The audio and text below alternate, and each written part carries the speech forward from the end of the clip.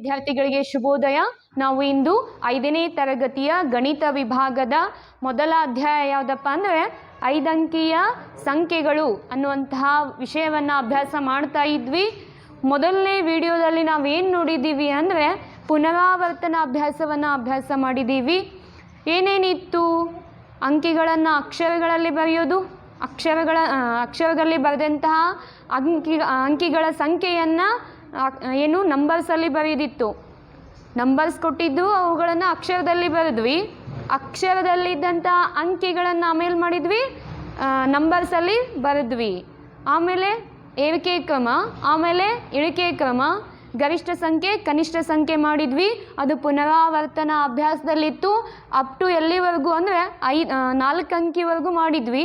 ಇವತ್ತು main concept ಏನಂದರೆ 5 ಅಂಕಿಯ ಸಂಖ್ಯೆಗಳು. ಅದರಲ್ಲಿ ಕೆಲವೊಂದಿಷ್ಟು ಉದಾಹರಣೆಗಳನ್ನು ನೋಡೋಣ, ಆಮೇಲೆ ಅಭ್ಯಾಸಕ್ಕೆ ಹೋಗೋಣ. 5 ಅಂಕಿಯ ಸಂಖ್ಯೆಗಳು, ಹೌದಾ?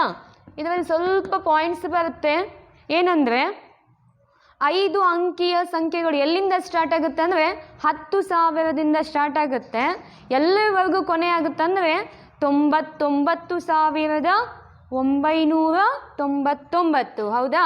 ಮೊದಲನೇ ಪಾಯಿಂಟು 5 ಅಂಕಿಯ ಸಂಖ್ಯೆಗಳು.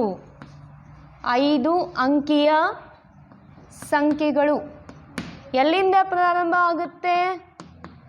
10,000ದಿಂದ ಆರಂಭವಾಗಿ, ಹೌದಾ? 10,000ದಿಂದ ಎಲ್ಲಿವರೆಗೂ ಇರುತ್ತೆ ಅಂದರೆ 99,999. ಇಲ್ಲಿವರೆಗಿನ ಅಂಕಿಗಳು ಏನಿರ್ತಾವಲ್ಲ 5 ಡಿಜಿಟಲ್ಲಿ, 5 ಡಿಜಿಟ್ ಅಂತ ಹೇಳ್ತೀವಿ, 5 ಅಂಕಿಗಳಲ್ಲಿ ಅಂತ ಹೇಳ್ತೀವಿ. ಇದರವರೆಗಿನ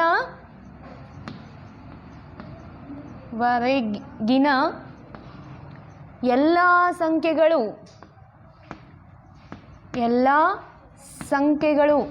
ಏನವು ಅಂದರೆ 5 ಅಂಕಿಯ ಸಂಖ್ಯೆಗಳಾಗಿರುತ್ತವೆ.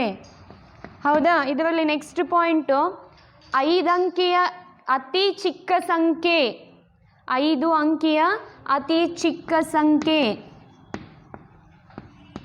ಅಥವಾ ಕನಿಷ್ಠ ಅಂತ ಯೂಸ್ ಮಾಡ್ತೀವಿ.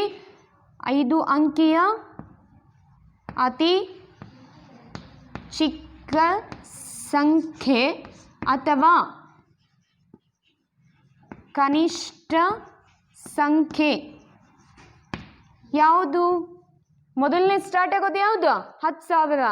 ಹಾಗಾದರೆ ಅದೇ ಅತಿ ಚಿಕ್ಕ ಸಂಖ್ಯೆ ಯಾವುದು ಅಂದರೆ 10,000. ಇಲ್ಲಿ ಬರೆಸ್ತಾ ಇದ್ದೀನಿ ಎಲ್ಲ ಪಾಯಿಂಟ್ಸು, ತುಂಬ ಇಂಪಾರ್ಟೆಂಟು, ನೀವು ಇದ್ರ ಕಡೆ ಗಮನ ಕೊಡಬೇಕು. ನೆಕ್ಸ್ಟು 5 ಅಂಕಿಯ ಅತಿ ದೊಡ್ಡ ಸಂಖ್ಯೆ ಅಥವಾ ಗರಿಷ್ಠ ಸಂಖ್ಯೆ ಅಂತ ಕೇಳ್ತಾರೆ. ಯಾವುದು? ಕೊನೆಗೆ ಯಾವುದಿದೆ ನೋಡಿ, ಎಲ್ಲಿವರೆಗೆ? 99,999. ಹೌದಾ? 99,999 ಇಲ್ಲಿವರೆಗಿನ ಅಂಕಿಗಳು ಅಂತ ಹೇಳಿತ್ತಲ್ಲ. ಹಾಗೆ ಕನಿಷ್ಠ ಮತ್ತು ಗರಿಷ್ಠ ಅಂತ ತಗೊತೀವಿ. ಓಕೆನಾ? ಇನ್ನು ನೆಕ್ಸ್ಟು ಉದಾಹರಣೆ, 5 ಅಂಕಿಯ ಸಂಖ್ಯೆಗಳನ್ನು ಪದಗಳಲ್ಲಿ ಬರೆಯೋದು ಅಂತ ಹೇಳ್ತಾರೆ. 5 ಅಂಕಿಯ ಸಂಖ್ಯೆಗಳನ್ನು ಪದಗಳಲ್ಲಿ ಬರೆಯೋದು. ಅದಕ್ಕಿಂತ ಹೇಗೆ ಪದಗಳಲ್ಲಿ ಬರೀಬೇಕು ಅಂದರೆ ಒಂದೆರಡು ಉದಾಹರಣೆಗಳ ಮೂಲಕ ಸ್ಥಾನ ಬೆಲೆ ಪಟ್ಟಿಯನ್ನು ಹಾಕ್ತೀನಿ ನಾನು. ಆ ಸ್ಥಾನ ಬೆಲೆ ಪಟ್ಟಿಯನ್ನು ನೋಡಿಕೊಂಡು ನಾವೇನು ಮಾಡೋಣ? ಪದಗಳಲ್ಲಿ ಬರೆಯೋಣ. ಏನಕ್ಕೆ ನಾನು ಸ್ಥಾನ ಬೆಲೆ ಪಟ್ಟಿ ಹಾಕ್ತೀನಿ ಅಂದರೆ ಫಸ್ಟ್ ಟೈಮ್ ನಾವು 4ನೇದಿಂದ 5ನೇದಕ್ಕೆ ಬಂದ ಮೇಲೆ 5 ಅಂಕಿಗಳ ಬಗ್ಗೆ ಕಲಿತಾ ಇದ್ದೀವಿ. ಹಾಗಾಗಿ ಸ್ಥಾನ ಬೆಲೆ ಪಟ್ಟಿಯನ್ನು ಹಾಕ್ಕೊಂಡು ಆಮೇಲೆ ಪದಗಳಲ್ಲಿ ಬರೆಯೋದನ್ನು ಅಭ್ಯಾಸ ಮಾಡ್ಕೊಳ್ಳೋಣ. ಹಾಗಾದರೆ ನೆಕ್ಸ್ಟ್ ಉದಾಹರಣೆಯ ಹೆಡ್ಡಿಂಗ್ ಏನಿದೆ ಅಂದರೆ 5 ಅಂಕಿಯ ಸಂಖ್ಯೆಗಳನ್ನು ಏನು ಮಾಡಬೇಕು? ಪದಗಳಲ್ಲಿ ಬರೆಯುವುದು. ಪದಗಳಲ್ಲಿ ಬರೆಯುವುದು ಅಂತ ಇದೆ. ಹೌದಾ? ಮೊದಲನೇ ಉದಾಹರಣೆ ಅಂದರೆ 10 10,001 ಅಂತ ಕೊಟ್ಟಿದ್ದಾರೆ. 10,001 ಸ್ಥಾನ ಬೆಲೆ ಪಟ್ಟಿ ಹಾಕೊಳ್ಳೋಣ. ಬಿಡಿ 10, 100, 1000, 10,000. ಹೌದಾ? ಬಿಡಿ ಸ್ಥಾನದಲ್ಲಿ ಏನಿದೆ? 1. 10ರ ಸ್ಥಾನದಲ್ಲಿ 0, 100ರ ಸ್ಥಾನದಲ್ಲಿ 0, 1000 ಸ್ಥಾನದಲ್ಲೂ 0, 10,000 ಸ್ಥಾನದಲ್ಲಿ ಏನಿದೆ? 1. ಹೌದಾ? ಸೊ ಹಾಗಿದ್ರೆ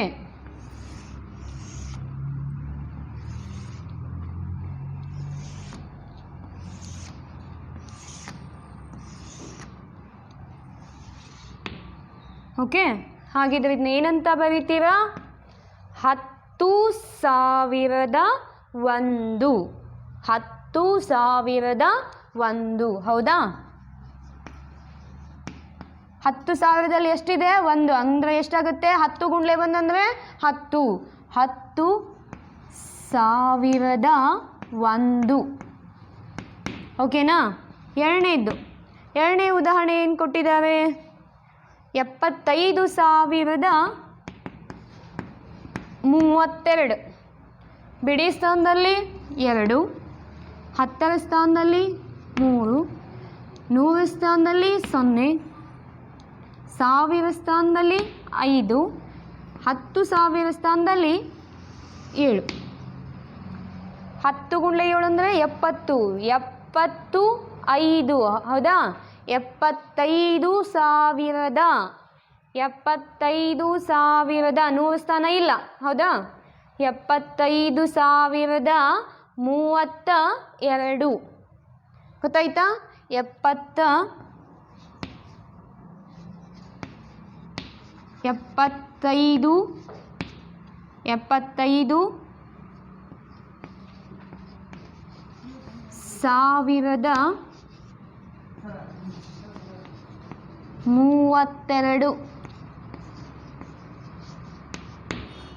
ಹೌದಾ? ಮೂರನೇದು ಈ ಕಡೆ ಬರ್ಕೊಂಬಿಡೋಣ. ಮೂರನೇ ಉದಾಹರಣೆ ಈ ರೀತಿ ನೀವು ಕೋಷ್ಟಕದಲ್ಲಿ ಹಾಕೊಂಡ್ಬಿಟ್ರೆ ತುಂಬ ಈಸಿ ಆಗುತ್ತೆ.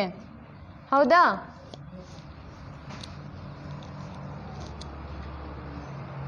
ಎಂ 80,574. ಮೂರನೇ ಉದಾಹರಣೆ 80,574. ಈ ಥರ ಟೆಕ್ಸ್ಟ್ ಬುಕ್ಕಲ್ಲಿ ತುಂಬ ಉದಾಹರಣೆ ಕೊಟ್ಟಿದ್ದಾರೆ. ಸೊ ಬಿಡಿ ಸ್ಥಾನದಲ್ಲಿ 4, 10ರ ಸ್ಥಾನದಲ್ಲಿ 7, 100 ಸ್ಥಾನದಲ್ಲಿ 5, 1000 ಸ್ಥಾನದಲ್ಲಿ 0, 10,000 ಸ್ಥಾನದಲ್ಲಿ 8. ಹೌದಾ? ಇದನ್ನಿಲ್ಲಿ ಬರಿತೀನಿ ನೋಡಿ. 3rd one ಅಂತ ಹಾಕಿ ಬರಿತಾ ಇದ್ದೀನಿ. ಏನಿದೆ? 80,574. 80,574.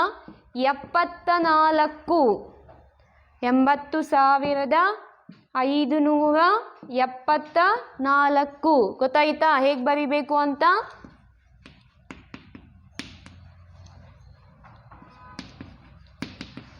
ಎಂಬತ್ತು ಸಾವಿರದ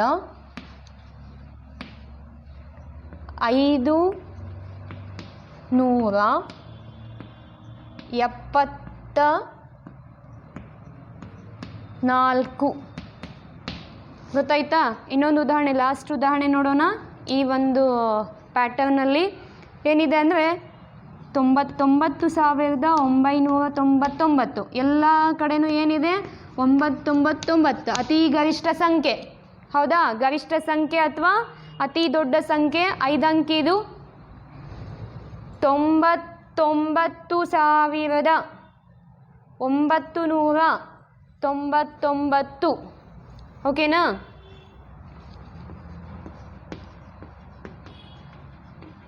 ಏನು ಹೇಳ್ತಾರೆ?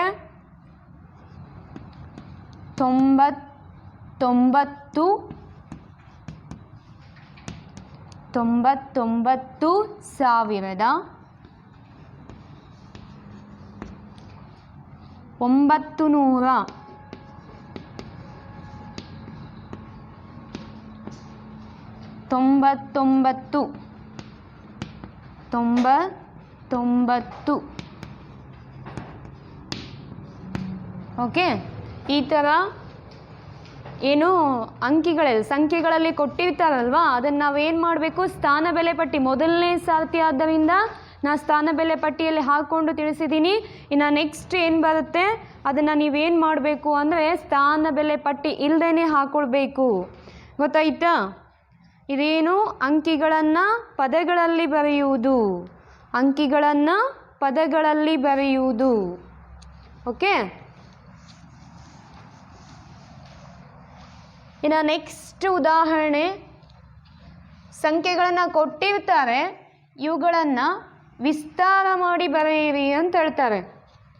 ಕೊಟ್ಟಿರುವ ಸಂಖ್ಯೆಗಳ ವಿಸ್ತಾರವಾದ ರೂಪ. ಹೌದಾ? ಹೇಗೆ? ಒಂದು ಉದಾಹರಣೆ, ಸಂಖ್ಯೆಗಳನ್ನು ಪದಗಳಲ್ಲಿ ಬರೆಯೋದರ ಜೊತೆಗೆ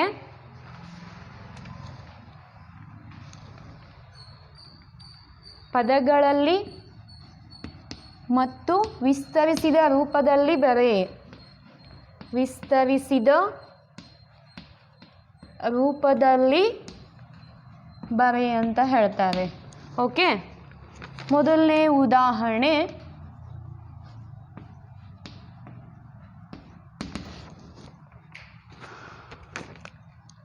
53,025 ಅಂತ ಇದೆ. ಹೌದಾ? ಫಸ್ಟಿಗೆ ವಿಸ್ತಾರ ಮಾಡಿ ಬರೆದ್ಬಿಡೋಣ. ಈ ಥರ ಒಂದು ಅಂಕಿಯನ್ನು ಕೊಟ್ಟಿದ್ದಾರೆ, ವಿಸ್ತಾರ ರೂಪ ಅಥವಾ ವಿಸ್ತರಿಸಿದ ರೂಪ ಅಂತಂದು. ಓಕೆ, ವಿಸ್ತರಿಸಿದ ರೂಪ ಹೇಗೆ? ಬಿಡಿ 10, 100, 1000, 10,000 ಅಂದರೆ 5 ಗುಂಡ್ಲೆ 10,000 plus 3 ಗುಂಡ್ಲೆ 1,000 plus 0 into 100 plus 2 into 10 plus 5. 5 ಗುಂಡ್ಲೆ 10,000, 3 ಗುಂಡ್ಲೆ 1,000, 0 ಗುಂಡ್ಲೆ 100, 2 ಗುಂಡ್ಲೆ 10 plus 5. ಹೌದಾ? 5 ಒಂದ್ಲೆ ಅಂತನಾದರೂ ಮಾಡಿ, ಇಲ್ಲಾಂದರೆ 5 ಆ್ಯಸ್ ಇಟ್ ಈಸ್ ಇಟ್ಟು ಓಕೆ, ಬಿಡಿ ಸ್ಥಾನದಲ್ಲಿ ಹಾಗೆ ಇಟ್ಟು ಓಕೆ. ಹೌದಾ? ಇದೇನು ವಿಸ್ತರಿಸಿದ ರೂಪ. ಇದನ್ನು ಹೇಗೆ ಬರಿಬೇಕು? ಪದಗಳಲ್ಲಿ ಅಥವಾ ಸಂಖ್ಯೆಯ ಹೆಸರು ಒಂದು. ಓಕೆ, ಪದಗಳಲ್ಲಿ ಅಂದರೆ ಸಂಖ್ಯೆಯ ಹೆಸರು ಏನಂತ ಬರಿಬೇಕು? 53,025. 53,000. 53 ಅಂತ ಹೀಗಾದರೂ ಬರಿಬೋದು ಅಥವಾ 53 ಅಂತನಾದರೂ ಬರಿಬೋದು. 53,000 ಎಷ್ಟು? 25.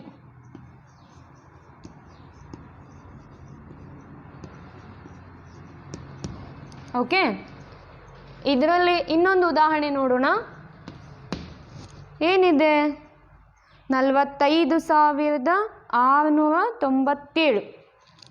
45,697. ಫಸ್ಟಿಗೆ ವಿಸ್ತರಿಸಿದ ರೂಪ.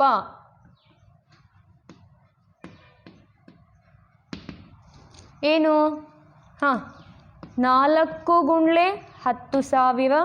ಎಸ್, ಕರೆಕ್ಟಾಗಿದೆ. 5 ಗುಂಡ್ಲೆ 1,000 plus 6 ಗುಂಡ್ಲೆ 100 plus 9 ಗುಂಡ್ಲೆ 10 plus 7.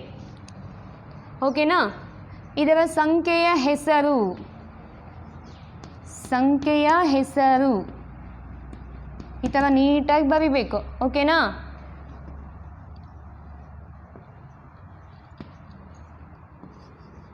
ತುಂಬ ನೀಟಾಗಿ ಕಾಣಿಸುತ್ತೆ ಈ ಥರ ಮಾಡಿದರೆ ನೀವು. ಓಕೆ, 45,000. ಹೌದಾ? 45,000 6,697.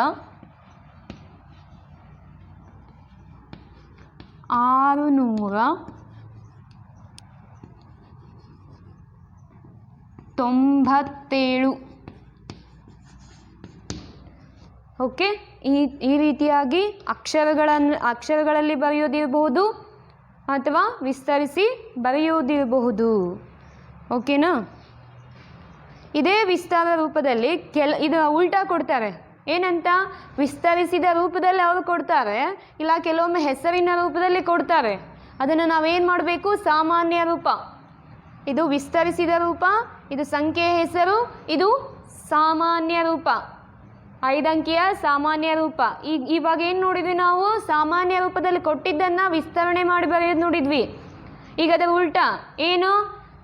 ವಿಸ್ತರಿಸಿ ಬರೆಯೋದೇ ಅವ್ರು ಬರೆದು ಕೊಟ್ಬಿಟ್ಟಿರ್ತಾರೆ, ಅದನ್ನು ನಾವೇನು ಮಾಡಬೇಕು? ಸಾಮಾನ್ಯ ರೂಪಕ್ಕೆ ಕನ್ವರ್ಟ್ ಮಾಡಬೇಕು. ಓಕೆನಾ? ಸಾಮಾನ್ಯ ರೂಪದಲ್ಲಿ ಬರೆಯುವುದು. 5 ಅಂಕಿಯ ಸಂಖ್ಯೆಗಳ ವಿಸ್ತಾರ ರೂಪದಲ್ಲಿದ್ದಂತಹ ಅಂಕಿಗಳನ್ನು ಏನು ಮಾಡಬೇಕು? ಇವಾಗ ಸಾಮಾನ್ಯ ರೂಪದಲ್ಲಿ ಬರಿಬೇಕು. ಹೆಡ್ಡಿಂಗ್ ಹಾಕೊಳ್ಳಿ. ವಿಸ್ತಾರ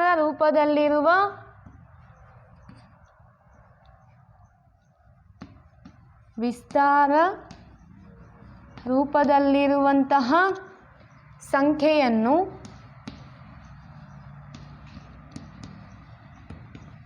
ಸಂಖ್ಯಾರೂಪ ಅಥವಾ ಸಾಮಾನ್ಯ ರೂಪ. ನೋಡಿ, ಸಂಖ್ಯಾರೂಪ ಅಂದರೂ ಒಂದೇ, ಸಾಮಾನ್ಯ ರೂಪ ಅಂದ್ರೂ ಒಂದೇ. ಸಾಮಾನ್ಯ ರೂಪದಲ್ಲಿ ಬರೆಯುವುದು. ಓಕೆ,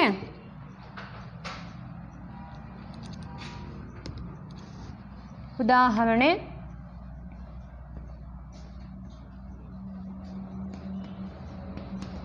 ಮೊದಲನೆಯದು ಏನಂತ ಕೊಟ್ಟಿದ್ದಾರೆ ನೋಡಿ.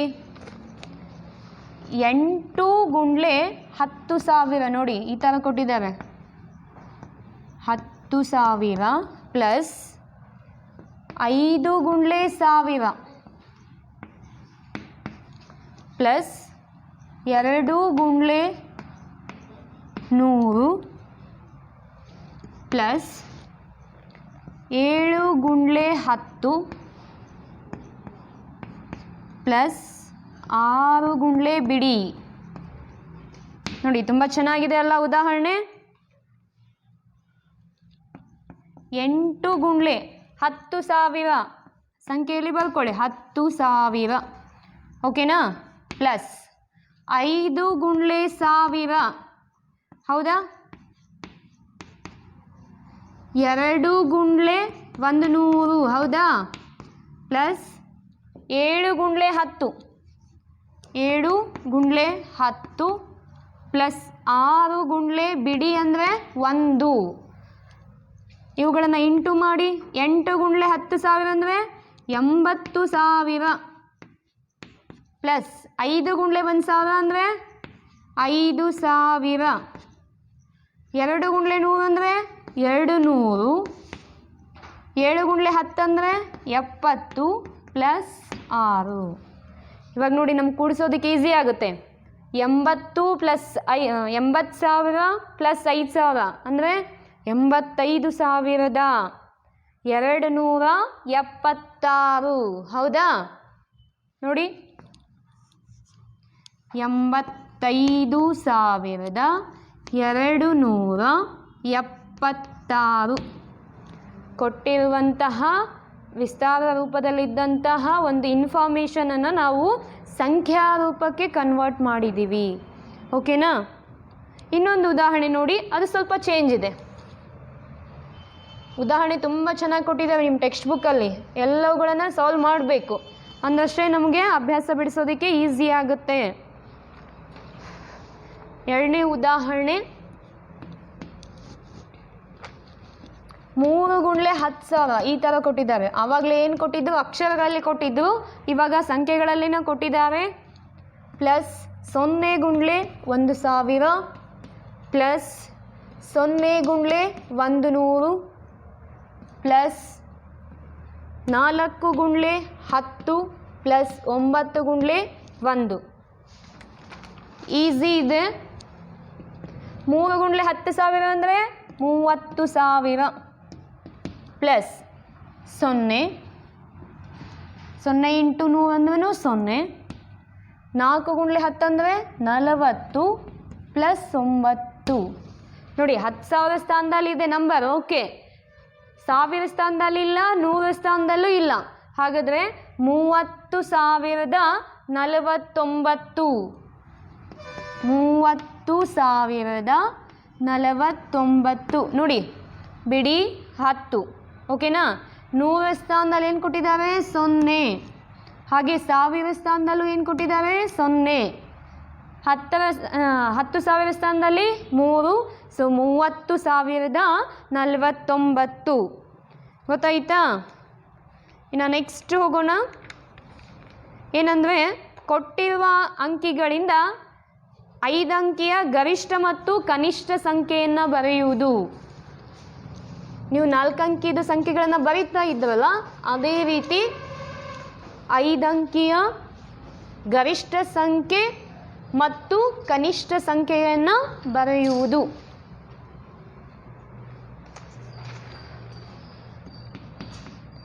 ಐದು ಅಂಕಿಯ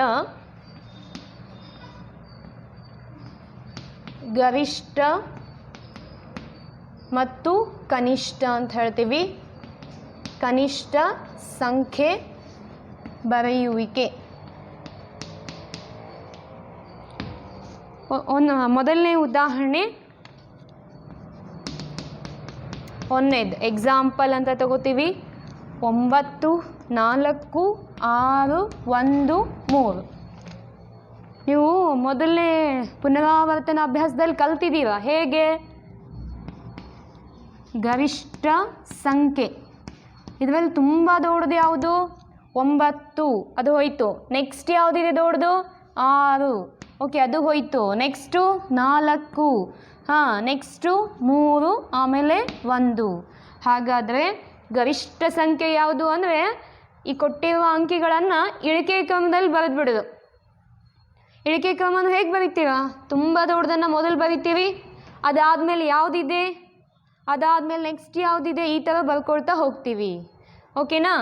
ಕನಿಷ್ಠ ಸಂಖ್ಯೆ. ಕನಿಷ್ಠ ಸಂಖ್ಯೆ ಅಂದರೆ ಇದು ಉಲ್ಟಾ, ಅಂದರೆ 1, 3, 4, 6, 9. ಇಲ್ಲ ಅಂದರೆ ಇದರಲ್ಲಿ ತುಂಬ ಚಿಕ್ಕದು ಏರಿಕೆ ಕ್ರಮ ಅಂತ ಹೇಳ್ತೀವಿ. ತುಂಬ ಚಿಕ್ಕದಂದರೆ 1, ಇದಾದಮೇಲೆ ಚಿಕ್ಕ ಸಂಖ್ಯೆ 3, ಉಳಿದಿದ್ದು 4, ಆಮೇಲೆ 6, ಆಮೇಲೆ 9. ಹೌದಾ? ಕೊಟ್ಟಿರುವಂತಹ ಅಂಕಿಗಳಲ್ಲಿ ಗರಿಷ್ಠ ಸಂಖ್ಯೆ 5 ಅಂಕಿಯ ಗರಿಷ್ಠ ಸಂಖ್ಯೆ ಯಾವುದಾಯಿತು?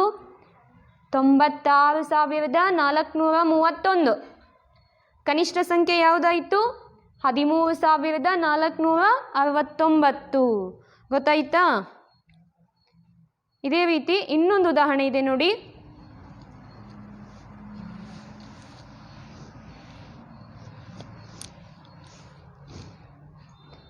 ಇನ್ನೊಂದು ಉದಾಹರಣೆ 4, 8, 0, 2, 5. ಹೌದಾ? ಗರಿಷ್ಠ ಸಂಖ್ಯೆ ಅಥವಾ ಅತಿ ದೊಡ್ಡ ಸಂಖ್ಯೆ. ಮೊದಲು ಯಾವುದು? 8, ಓಕೆ, ಆಮೇಲೆ 5, ಉಳಿದಿರೋದು 4, 2, 0. ಓಕೆನಾ? ಗರಿಷ್ಠ ಆಯಿತು. ಇವಾಗ ಕನಿಷ್ಠ ಸಂಖ್ಯೆ. ಇದನ್ನು ಉಲ್ಟಾ ಬರಿತೀವಿ, ಆದರೆ ಮೊದಲನೇ ಸ್ಥಾನದಲ್ಲಿ 0 ಇರಬಾರ್ದು. ಸೊ ಆದ್ದರಿಂದ ಇವೆರಡು ಪ್ಲೇಸನ್ನು ಏನು ಮಾಡ್ತೀವಿ? ಇಂಟರ್ಚೇಂಜ್ ಮಾಡ್ತೀವಿ, ಅದರಲ್ಲೂ ಬದಲಾಯಿಸ್ತೀವಿ. 2, 0, 4, 5, 8. ಇದು ಅತಿ ಕನಿಷ್ಠ ಸಂಖ್ಯೆ. ಕೊಟ್ಟಿರುವಂತಹ ಅಂಕಿಗಳಲ್ಲಿ ಕನಿಷ್ಠ ಸಂಖ್ಯೆ. ಗೊತ್ತಾಯ್ತಾ? ಇನ್ನು ನೆಕ್ಸ್ಟು ಕೆಲವೊಂದಿಷ್ಟು ಉದಾಹರಣೆಗಳನ್ನು ಕೊಟ್ಟಿದ್ದಾರೆ. ಬಿಟ್ಟ ಸಂಖ್ಯೆಗಳನ್ನು ತುಂಬಿ ಅಂತ ಹೇಳಿದ್ದಾರೆ. ಬಿಟ್ಟ ಸಂಖ್ಯೆಗಳನ್ನು ತುಂಬುವುದು. ನಿಮ್ಮ ಟೆಕ್ಸ್ಟ್ ಬುಕ್ಕಲ್ಲಿ ಅದಕ್ಕೆ ಸಂಖ್ಯಾ ರೇಖೆಯನ್ನು ಹಾಕಿ ತೋರಿಸಿದ್ದಾರೆ. ಕನಿಷ್ಠ ಬಿಟ್ಟಿರುವಂತಹ ಸಂಖ್ಯೆಯನ್ನು ಅಂದಾಜು ಮಾಡುವುದು ಮತ್ತು ಅದನ್ನೇ ತುಂಬುವುದು ಅಂತ ಹೇಳ್ತಾರೆ. ಬಿಟ್ಟ ಸ್ಥಳ ತುಂಬಿ ಅಂತ ತಗೊಳ್ಳೋಣ. ನೆಕ್ಸ್ಟ್ ಹೆಡ್ಡಿಂಗು ಬಿಟ್ಟ ಸಂಖ್ಯೆಯನ್ನು ತುಂಬಿ. ಹೌದಾ? ಮೊದಲನೇದು 23,450 ಒಂದು ಅಂಕಿ ಒಂದು ಸಂಖ್ಯೆ ಕೊಟ್ಟಿದ್ದಾರೆ. ಆಮೇಲೆ 23,700. ನೆಕ್ಸ್ಟು 23,950. ಅದಾದಮೇಲೆ ಇರುವಂತಹ 2 ಬಿಟ್ಟ ಸ್ಥಳಗಳನ್ನು ನಾವು ತುಂಬಬೇಕು. 2 ಬಿಟ್ಟ ಸ್ಥಳಗಳನ್ನು ತುಂಬಬೇಕು. ಹೇಗೆ? ಎರಡನೇ ಸಂಖ್ಯೆಯಲ್ಲಿ ಮೊದಲನೇ ಸಂಖ್ಯೆಯನ್ನು ಮೈನಸ್ ಮಾಡಿ ಎಷ್ಟು ಬರುತ್ತೆ ನೋಡಿ. 23,700, 23,450. 0 5 ಹೋಗಲ್ಲ, ಕೈಲ ತೊಗೊತೀವಿ, ದಶಕ ತೊಗೋತೀವಿ. 10 ಆಯಿತು. 10ರಲ್ಲಿ 5 ಹೋದರೆ 5, 7ರಲ್ಲಿ 5 ಹೋದರೆ 2, 0 0. ಹೌದಾ? 23,450ಕ್ಕೆ 250 ಕೂಡಿಸಿ ಎಷ್ಟು ಬರುತ್ತೆ? 23,700. ಗಮನ ಕೊಡಿ.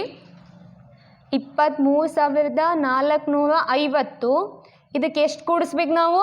250. ಇದನ್ನು ಕೂಡಿಸಿದ್ರೆ ನಮಗೆ 23,700 ರೂಪಾಯಿ ಸಿಗುತ್ತೆ. ಇದಕ್ಕೆ ಮತ್ತೆ 250 ಅಂದರೆ 250 ಕೂಡಿಸಿ ಎಷ್ಟು ಸಿಗುತ್ತೆ?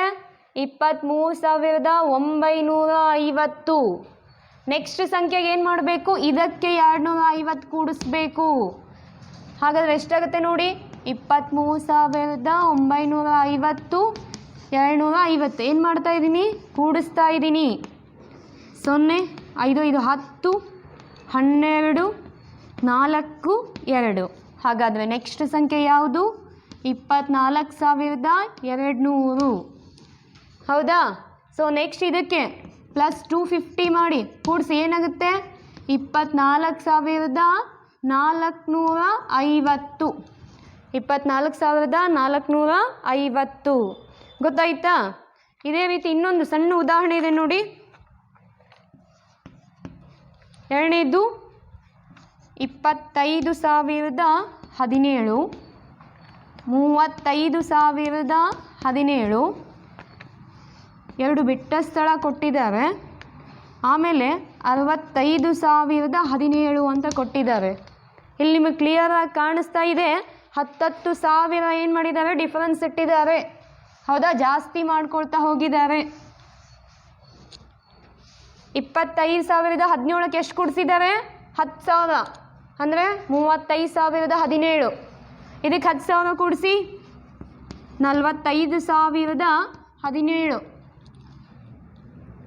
ಇದಕ್ಕೆ 10,000 ಕೂಡಿಸಿ 55,017. ಲಾಸ್ಟಿಗೆ 10,000 ಕೂಡಿಸಿದ್ರೆ 65,017. ಗೊತ್ತಾಯ್ತಲ್ಲ? ನೋಡಿ, ಬಿಟ್ಟ ಸಂಖ್ಯೆಯನ್ನು ತುಂಬಿ ಅಂದರೆ ಎಷ್ಟು ಕೂಡಿಸ್ಕೊಳ್ತಾ ಹೋಗಿದ್ದಾರೆ ನೆಕ್ಸ್ಟಲ್ಲಿ ಅನ್ನೋದನ್ನು ನೋಡಿಕೊಂಡು ನಾವು ಎಲ್ಲಿ ಖಾಲಿ ಬಿಟ್ಟಿರ್ತಾರೋ ಆ ಸಂಖ್ಯೆಗಳನ್ನು ಅಂದಾಜು ಮಾಡಿ ಕೂಡಿಸ್ಬೇಕು. ಗೊತ್ತಾಯ್ತು? ಓಕೆನಾ? ಇವತ್ತಿನ ಕ್ಲಾಸಲ್ಲಿ ನಾವು ಏನು ನೋಡಿದ್ದೀವಿ? ಕೊಟ್ಟಿರುವಂಥ ಸಂಖ್ಯೆಗಳನ್ನು ವಿಸ್ತಾರ ರೂಪದಲ್ಲಿ ಬರೆಯೋದನ್ನು ನೋಡಿದ್ದೀವಿ. ವಿಸ್ತಾರ ರೂಪದಲ್ಲಿ ಇದ್ದುದನ್ನು ಸಂಖ್ಯೆಗಳಲ್ಲಿ ಬರೆಯೋದನ್ನು ನೋಡಿದ್ದೀವಿ. ಹಾಗೆ ಕನಿಷ್ಠ ಸಂಖ್ಯೆ ಗರಿಷ್ಠ ಸಂಖ್ಯೆಗಳನ್ನು ನೋಡಿದ್ದೀವಿ, ಹೇಗೆ ಬರಿಬೇಕು ಅಂತ. ಆಮೇಲೆ ಬಿಟ್ಟಿರುವ ಸಂಖ್ಯೆಗಳನ್ನು ಹೇಗೆ ತುಂಬಬೇಕು ಅನ್ನೋದನ್ನು ನೋಡಿದ್ದೀವಿ. ಇವತ್ತಿನ ಗೃಹಪಾಠ ಏನಪ್ಪ ಅಂದರೆ, ಇವತ್ತಿನ ಪುನರಾವರ್ತನ ಅಭ್ಯಾಸದಲ್ಲಿ ಎಲ್ಲಿವರೆಗೂ ನಾವು ಉದಾಹರಣೆಗಳನ್ನು ಸಾಲ್ವ್ ಮಾಡಿದ್ದೀವಲ್ಲ ಅದನ್ನು ವಾಪಸ್ಸು ಬರಿಬೇಕು. ಧನ್ಯವಾದಗಳು.